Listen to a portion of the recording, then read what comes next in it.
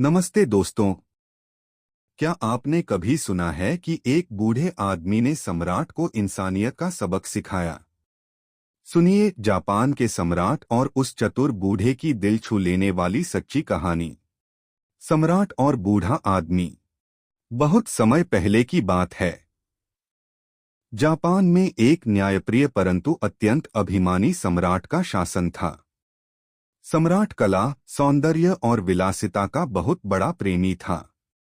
उसके महल में अनगिनत अनमोल वस्तुएं थीं, लेकिन उनमें सबसे ज्यादा प्रिय थीं 20 सुंदर और दुर्लभ फूलदानियां।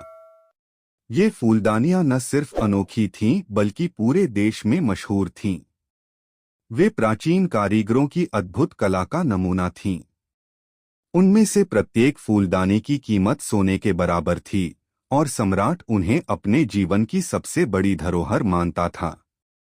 हर सुबह वह महल के उस विशेष कक्ष में जाता जहां ये 20 फूलदानियां रखी थीं और घंटों तक उन्हें निहारा करता। एक दिन दरबार में सम्राट अपने सरदारों के साथ बातें कर रहा था। अचानक उसका सबसे भरोसेमंद सरदार हिरोशी एक फूलदान उठाकर उसकी सुंदरता की प्रशंसा करने लगा। लेकिन किस्मत को कुछ और ही मंजूर था। उसके हाथ से वह फूलदानी फिसल गई और जमीन पर गिरकर चकनाचूर हो गई। छन्नन! एक तीखी आवाज ने पूरे दरबार को स्तब्ध कर दिया। सबकी आंखें उस टूटी हुई फूलदानी पर टिक गईं। सम्राट के चेहरे पर क्रोध उमड़ पड़ा। उसका चेहरा लाल हो गया और उसकी आवाज गूंज उठी। हिरोशी, क्या तुम्हें पता है तुमने क्या कर दिया? यह फूलदानी मेरे पूर्वजों की निशानी थी। बेचारा सरदार घुटनों पर गिर पड़ा। महाराज, यह गलती अनजाने में हुई है, कृपा कर मुझे क्षमा करें। परंतु सम्राट ने गुस्से में कहा, इस अपराध की सजा केवल मृत्यु हो सकती है। सैनिकों, इसे फांसी पर चढ़ा दो। सारे दरबारी सन्न रह गए। कोई कुछ बोल नहीं सका। उस एक फूलदानी की वजह से एक निर्दोष की जान जाने वाली थी। उसी राज्य में एक बुद्धिमान और अनुभवी बूढ़ा आदमी रहता था। उसका नाम था तानाका। लोग उसकी समझदारी और चतुराई के कायल थे।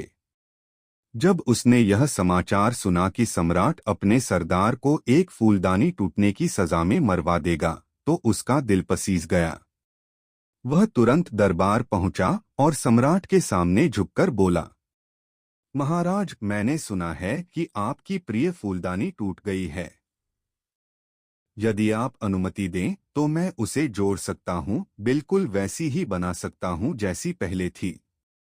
सम्राट को उसकी बात पर यकीन नहीं हुआ, लेकिन आश्चर्य भी हुआ। क्या सच में तुम ऐसा कर सकते हो, बूढ़े आदमी? जी महाराज, तानाका ने विनम्रता से उत्तर दिया, मैंने अपने जीवन में असंभव वस्तुओं को जोड़ने की कला सीखी है। सम्राट ने कुछ क्षण सोचा और फिर आदेश दिया, ठीक है। यह रही बाकी की 19 फूलदानियां। जो टूटी हुई है वह इसी समूह की थी। यदि तुम उसे ठीक कर दोगे तो मैं तुम्हें मुंह मांगा इनाम दूंगा। तानाका धीरे धीरे उठा। उसने अपनी लाठी उठाई और सबके सामने बिना कुछ बोले तड़ातड़ एक एक कर सभी 19 फूलदानियां तोड़ दीं। दरबार में सन्नाटा छा गया। सम्राट अवाक रह गया। उसकी आंखों में क्रोध की ज्वाला भड़क उठी। बूढ़े पागल, तूने ये क्या किया? तुझे पता भी है तूने मेरी सबसे कीमती वस्तुएं नष्ट कर दी हैं? अब मैं तुझे भी फांसी दूंगा। तानाका शांत स्वर में बोला, महाराज क्षमा करें, लेकिन मैंने यह सब आपके राज्य के भले के लिए किया है। भले के लिए? ये कैसा भला? सम्राट ने गरजकर कहा। तानाका ने बड़ी विनम्रता से उत्तर दिया, महाराज, आपने एक फूलदानी टूटने पर एक आदमी की जान लेने का आदेश दिया था। यदि यह नियम चलता रहा तो बाकी 19 फूलदानियां भी किसी न किसी दिन टूटेंगी और उनके साथ 19 निर्दोष लोगों की जान भी जाएगी। मैंने आज सारी फूलदानियां तोड़कर आपके उस नियम को खत्म कर दिया है। अब आप केवल एक व्यक्ति मुझे सजा दे सकते हैं। बाकी किसी को मरने की जरूरत नहीं पड़ेगी। यह सुनकर दरबार में गहरा मौन छा गया। हर किसी की निगाह सम्राट पर थी। सम्राट का चेहरा धीरे धीरे बदलने लगा। उसकी आंखों में जो क्रोध था वह अब लज्जा और पश्चाताप में बदल गया। वह कुछ पल के लिए मौन रहा, फिर धीरे से बोला, बूढ़े आदमी, आज तुमने मुझे सबसे बड़ा सबक सिखाया है। तुमने मुझे यह एहसास दिलाया कि वस्तुएं इंसान से बड़ी नहीं होती। फूलदानियां तो दोबारा बन सकती हैं, पर एक इंसान की जान नहीं लौट सकती। सम्राट ने अपने सिंहासन से उठकर कहा, मैं अपने सरदार को क्षमा करता हूं और तुम्हें अपना सलाहकार नियुक्त करता हूं। आज से राज्य में किसी भी वस्तु के लिए किसी की जान नहीं ली जाएगी। शिक्षा। बूढ़े आदमी की बुद्धिमानी और साहस ने न केवल एक जान बचाई बल्कि सम्राट के दिल को भी बदल दिया। उस दिन से सम्राट अधिक दयालु और न्यायप्रिय बन गया। कहानी की सीख।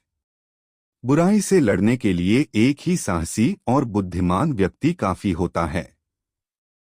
मानव जीवन किसी वस्तु से अधिक मूल्यवान है। ऐसी ही नई नई कहानी सुनने के लिए हमारे चैनल एसपी वॉइस नाथपुरा को सब्सक्राइब करें।